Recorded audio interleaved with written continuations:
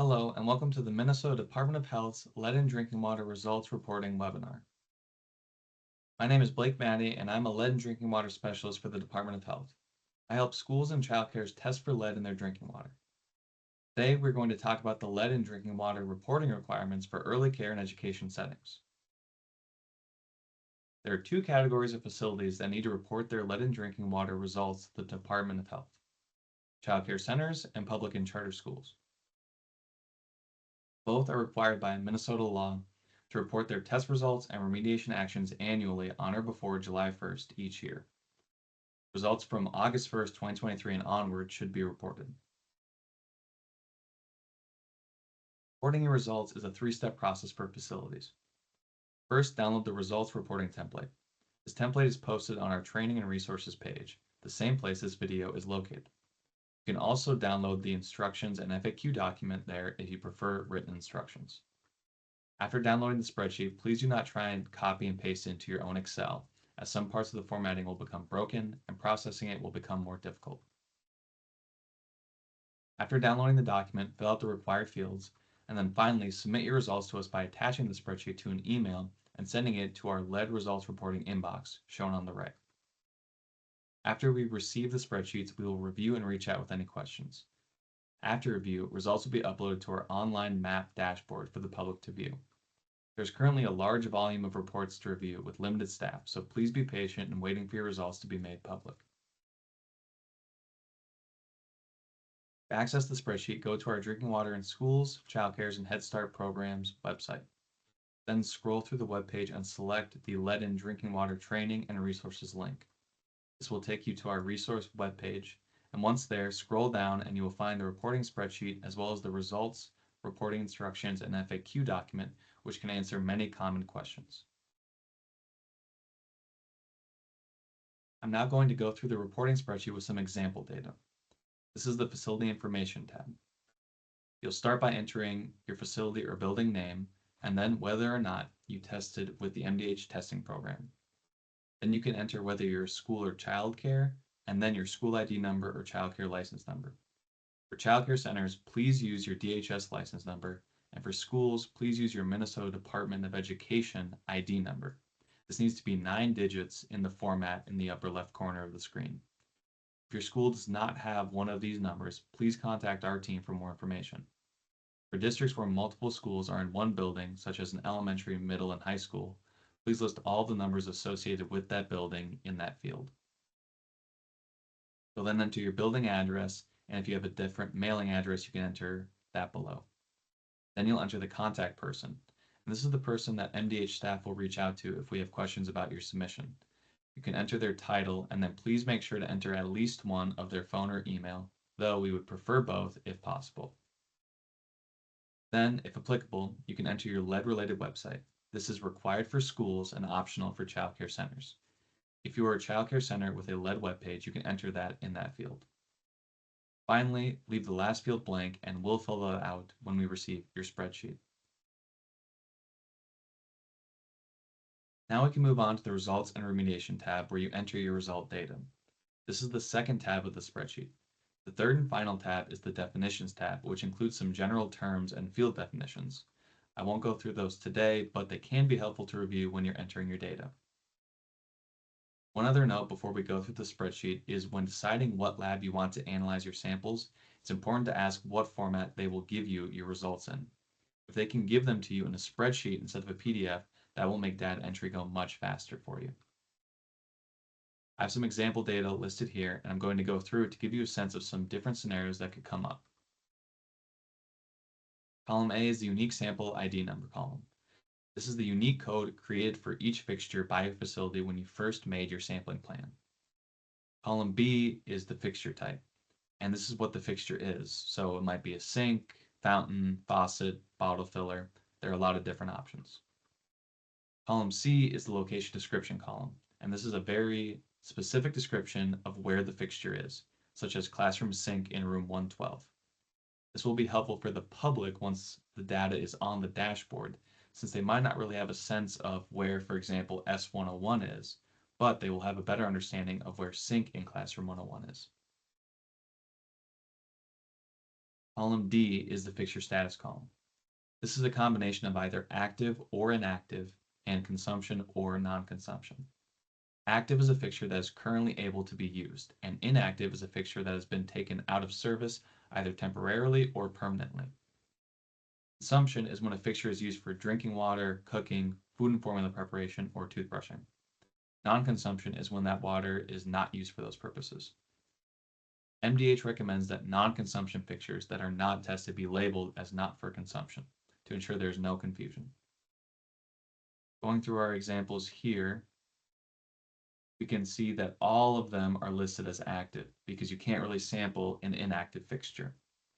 Then we can see that things like bottle fillers, some sink faucets, drinking fountains are generally consumption, whereas a mop sink would be non-consumption because it's only used for cleaning purposes. Column E is the sample collection type. This is another combination field of either initial or follow-up and first draw or flushed. Initial is when a sample is collected when you're conducting your first round of monitoring. Follow-up is a sample collected when you're retesting because the initial result was 5 parts per billion or more. First draw is a water sample taken when the water has been stagnant for 8 to 18 hours before sampling. Flushed is when you let the water run before collecting your sample. This is usually done when testing out different remediation strategies. We can see that our first 5 samples here are all initial first draw samples collected in February because these were our first samples taken during monitoring. If we then say that 303-BF came back as over 5 parts per billion or at 5 parts per billion, we would then take 2 follow-up samples. And in this case, we took a first draw and a flushed. We'll see later in this example that S206 came back as at or above 5 parts per billion, but we haven't had a chance to retest that fixture yet. Column F is the laboratory identification number field, and this is optional. It's the number a lab will assign each unique sample when they analyze them. Some facilities like to use it for keeping track of many samples across events. This is a good time to point out that columns in white are generally data that you as the facility already have, like where your fixtures are and what they are, while columns in green are generally data that you can get from the lab report, such as the lab ID number or what time they analyzed the samples. Column G is the date and time you collected the sample, and column H is the date and time the lab analyzed the sample. This slide shows the rest of the fields on the Results and Remediation tab. Column I is the numeric result column, and this is the result reported from the lab. If your results came back as non-detect, below the reporting limit, you can then enter ND. Column J is the units of measure column.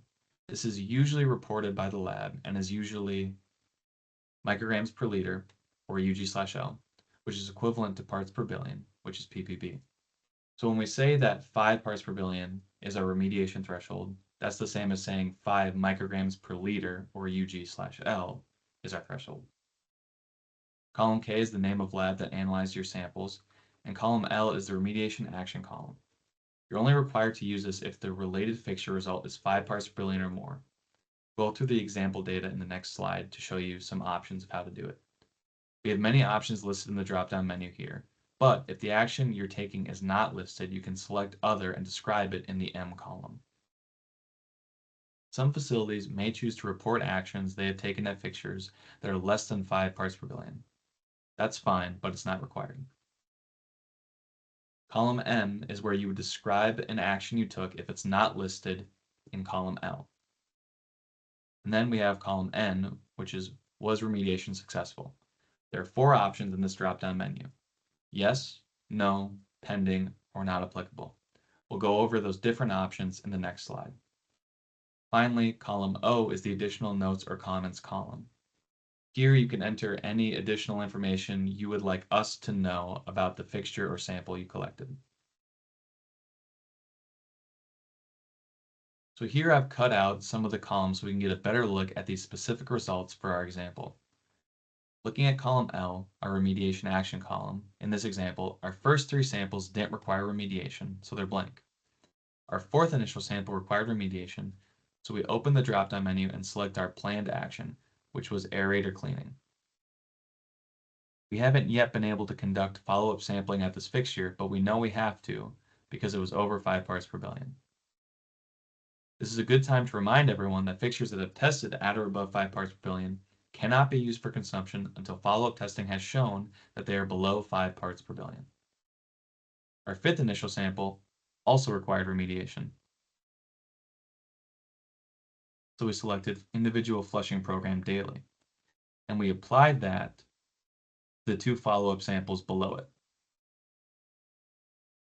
Again, we have a lot of options listed here in column L, but if the action you're taking is not listed, you can select other and describe it in column M. Column N is the was remediation successful column. Again, there are 4 options here: yes, no, pending, or not applicable.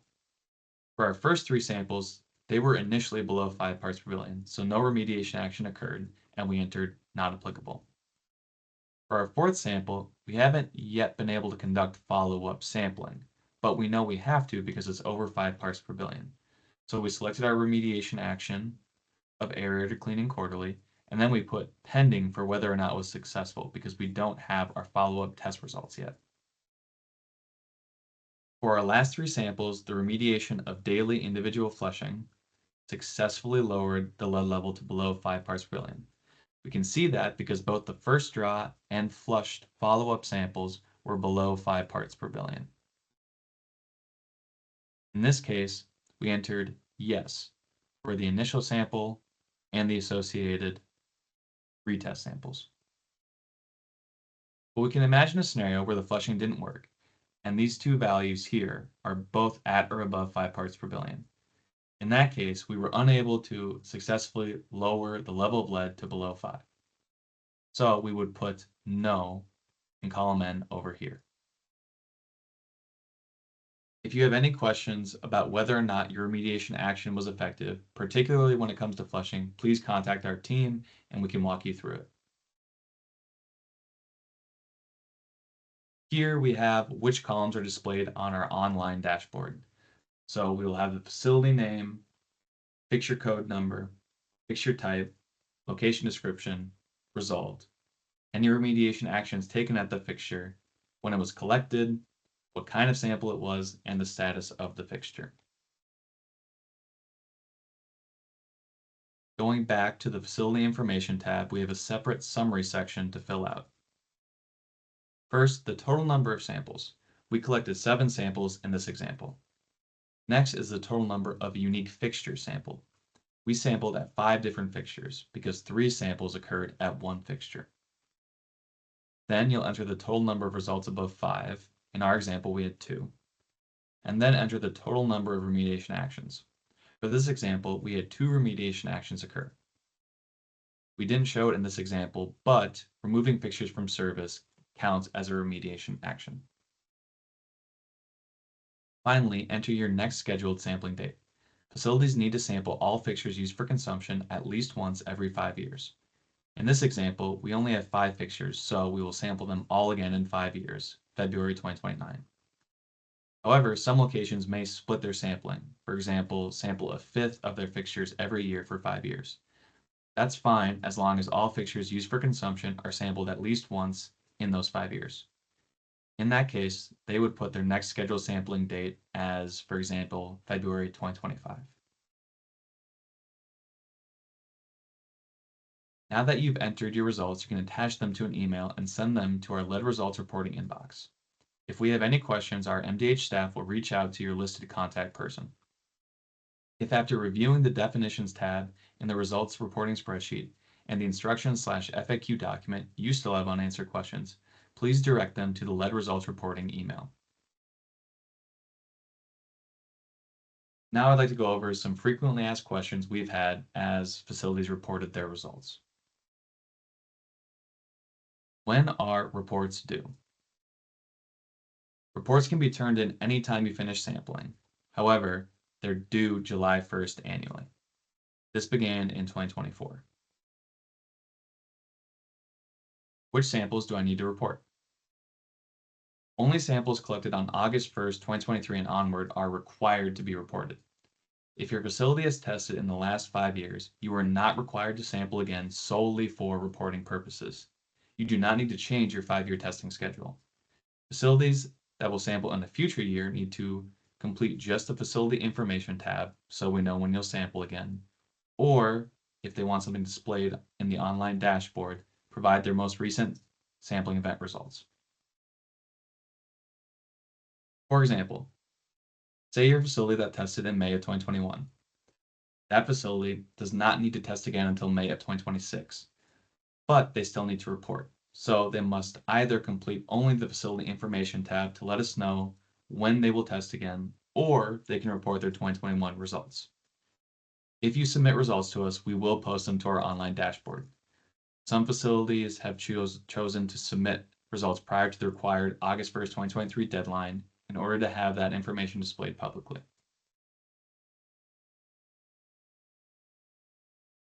Do I need to report my samples if they were all non-detect?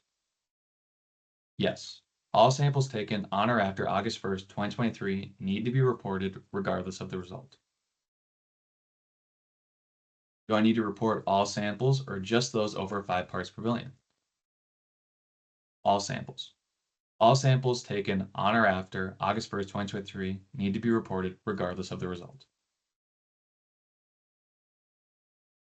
Do I need to report this year if I didn't conduct any sampling? Yes. Facilities are required to report annually.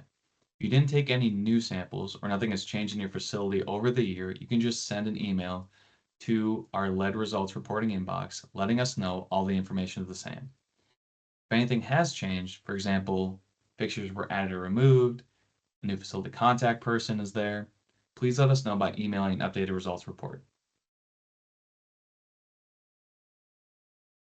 What if a school is in a building with other tenants and the entire building is tested at one time? Really, this question is asking, should the school and non-school samples be split up? Only the results from the school are required to be submitted. But like we said, we will upload all the results you submit to us. So if you don't want to include the non-school samples in the scenario, do not submit them. How do I report follow-up samples? The process for reporting follow-up samples is the same as reporting initial samples. Individual sample results should be completed as an individual line item. So you can remember, in our example data, 303-BF tested above 5 parts per billion, and we collected 2 follow-up samples at it. I reported those 2 follow-up samples with my initial samples in the spreadsheet at the same time. Now we're going to go over some general advice and common mistakes we've seen as folks have submitted their results.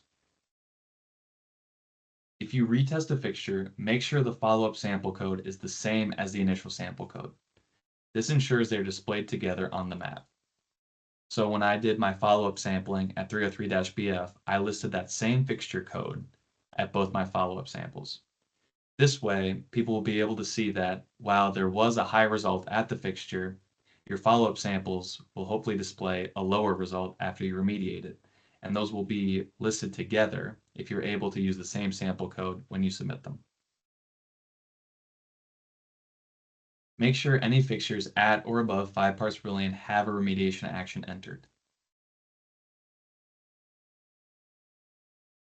When you're entering date and time data into your spreadsheet, if you use the drag down function Excel, please just make sure you're entering the correct data.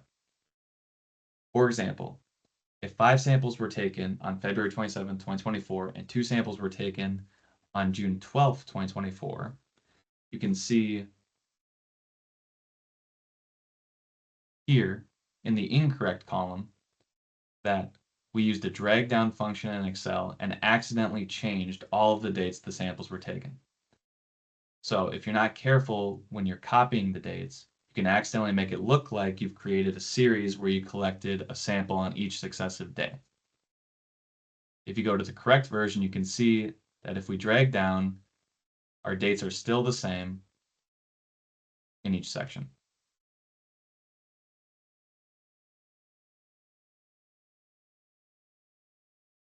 You'll also want to make sure that you're entering the accurate time sampled.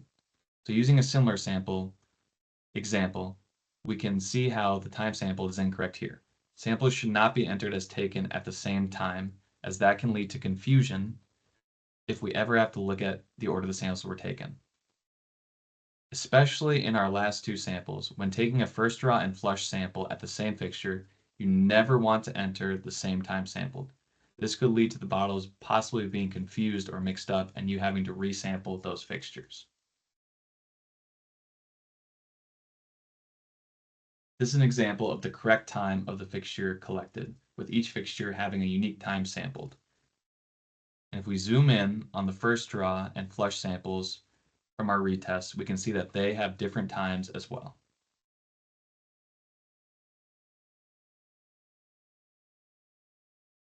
Some reasons to sample earlier than your 5-year schedule.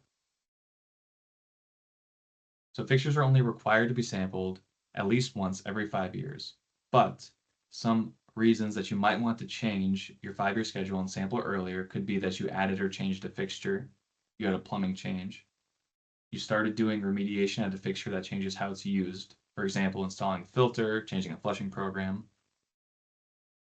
Other reasons that impact lead results and could be a reason to retest could include major construction at your location or a major building population change.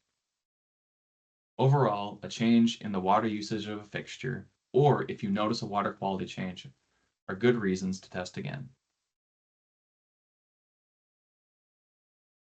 I want to quickly review license numbers as this is very important when you're submitting your results. If you're a school, please ensure that your MDE number is 9 digits.